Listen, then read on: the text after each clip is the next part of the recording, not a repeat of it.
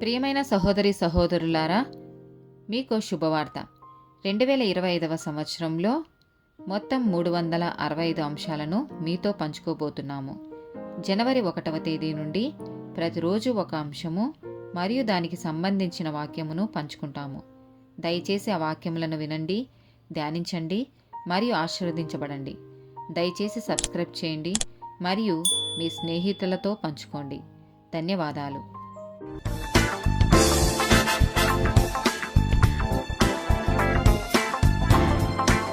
158th day topic దేవుని మార్గదర్శనం. కీర్తనల గ్రంథము 32వ అధ్యాయము 8వ వచనము. నీకు ఉపదేశము చేసెదను, నీవు నడవవలసిన మార్గమును నీకు బోధించెదను, నీ మీద దృష్టియుంచి నీకు ఆలోచన చెప్పెదను. యెషయా గ్రంథము 30వ అధ్యాయము 21వ వచనము. మీరు కుడి తట్ట అయినను ఎడమ తట్ట అయినను తిరిగినను ఇదే త్రోవ, దీనిలో నడువుడి అని నీ వెనుక నుండి ఒక శబ్దము నీ చెవులకు వినబడును.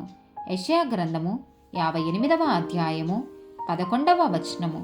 యెహోవా నిన్ను నిత్యము నడిపించును, క్షామకాలమున ఆయన నిన్ను తృప్తిపరచి నీ ఎముకలను బలపరచును. నీవు నీరు కట్టిన తోటవలెను, ఎప్పుడునూ ఉబుకుచుండు నీటి ఊటవలెను ఉండెదవు. లూకాసు వార్త 1వ అధ్యాయము 78, 79 వచనాలు. తన ప్రజలకు రక్షణ జ్ఞానము ఆయన అనుగ్రహించున్నట్లు ఆయన మార్గములను సిద్ధపరచుటకై నీవు ప్రభువునకు ముందుగా నడుతువు.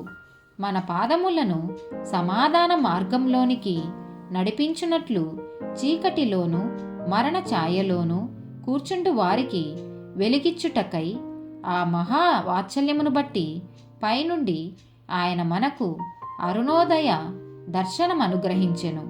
యోహాను సువార్త 16వ అధ్యాయము 13వ వచనము.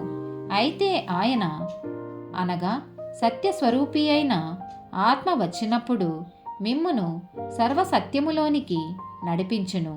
ఆయన తనంతట తానే ఏమీయూ బోధింపక వేటిని వినునో వాటిని బోధించి సంభవింపబోవు సంగతులను మీకు తెలియచేయును. సామెతల గ్రంథము 3వ అధ్యాయము 5, 6 వచనాలు. నీ స్వబుద్ధిని ఆధారము చేసుకొనక నీ పూర్ణ హృదయముతో యెహోవాయందు నమ్మకముంచుము. నీ ప్రవర్తన అంతటియందు ఆయన అధికారమునకు ఒప్పుకొనుము.